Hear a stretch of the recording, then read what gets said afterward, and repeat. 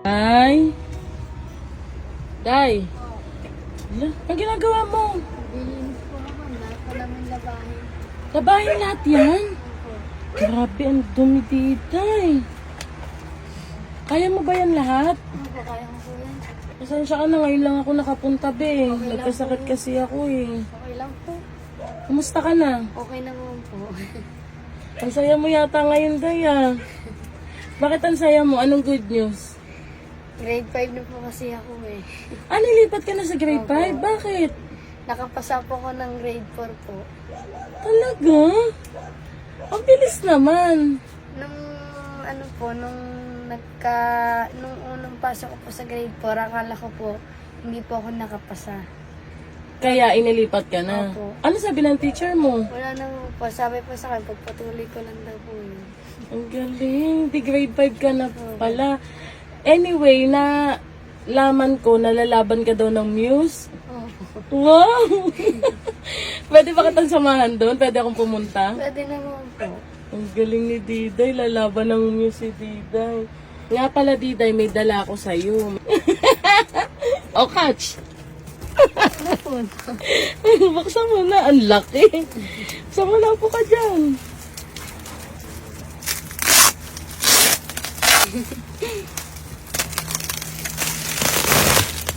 Cushion po.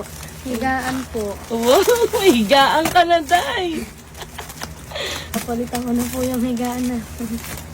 Wow, Diday. At least may magagamit ka na, di ba? Diday, naaalala mo yung pangako ko sa'yo? Ano? Yung cellphone po. Paano yan? Hindi pa kita nabibilihan. Ha? Okay lang naman po yan. O, pikit ka.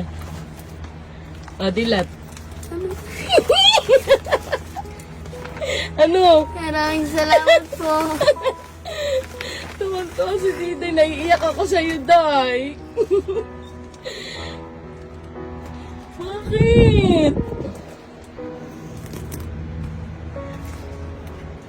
Bakit ka naiiyak? Laking tulong po binigay niyo po sa akin. Buong buhay ko po sa inyo na po ako nagkaganto po. Naiiyak naman ako sa'yo, Diday. Cellphone lang yan. Mas madami pa tayong anong pagsasamahan natin, ha? Ingatan mo yan. Regalo ko yan sa'yo. Gusto ko na may nagagamit ka para kapag kailangan mo ko, mabilis mo kong matatawagan. So, i-check mo na muna. Baka mamaya, pinaprank lang kita eh. Nagtulong po. Masaya po. Nakatanggap po ang ganito po sa inyo. Alam ko kasi na dyan ka magiging masaya eh. Alam ko na gusto mo rin ng may nakakapanood ka sa internet, 'di ba? Bibilan na lang kita ng SIM card para at ibibigay ko sa iyo kung saan mo ako pwedeng makontak para pag may kailangan ka. Yun, saya ni Diday. Natouch ako sa iyo, Day. Sana lahat ng binibigyan ganyan kasaya, ganyan mag-appreciate. Oh, ayan, Diday, buksan mo muna. Wow! Akala mo peke ah. Akala mo pinaprank lang kita. Sobrang saya ko po nga po. Sobra? Gano'n kasaya? I-rate mo 1 to 10. Hindi ko po masabi. Sobrang saya ko po ngayon eh. Ngayon ko lang po naranasan na makatanggap po ng ganitong cellphone po sa inyo. Tagal kong pangarap po ito sa buhay ko. Ngayon ko lang po talaga naranasan. Ayan. Dahil mabait kang bata, nasunod ka sa akin, at syempre, alam ko na deserve mo yan, Diday. Kaya ibinigay ko yan sa'yo. Yan ang maagang pamasko ko sa'yo. At syempre, di ba, yung pangako ko sa'yo, papabinyagan kita kasabay ng anak mo. Basta maayos muna yung birth certificate yung dalawang na mag-ina, ha? Sabay na kayo magpapabinyag. Sobrang saya ko po talaga.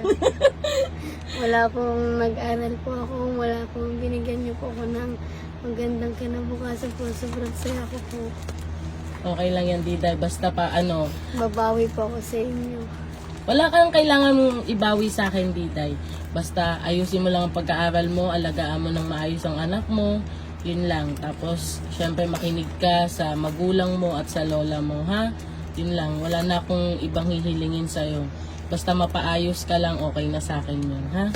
At syempre, may mga nagpapaabot ulit sa'yo ng tulong. 1,000, 2,000, 2,435 pesos yan, Diday. Galing yan, yung 100 kay Ma'am Yami's Bake, 2,335 from Cyril M. Mapagmahal. At syempre, yung pom mo, Diday, ay kay Ma'am Juris Ian Diskaya. Maraming salamat po sa lahat ng nagbigay po ng tulong. Sobrang saya ko po talaga nakatanggap po ako ng ganito. Ito po kayo. Maraming salamat po talaga sa iyo, Ate Bacha. Thank you din. Nandito ka po para sa akin. Inagabayan mo po ako para po makapagtapos po ng pag-aaral ko. Alang ano man, Diday, basta tandaan mo lagi, ha? Mahal kita at alam ko na tutuparin mo lahat ng pangako mo, ha? Huwag kang matakot magkamali dahil dyan sa pagkakamali na yan ay matututo ka, ha?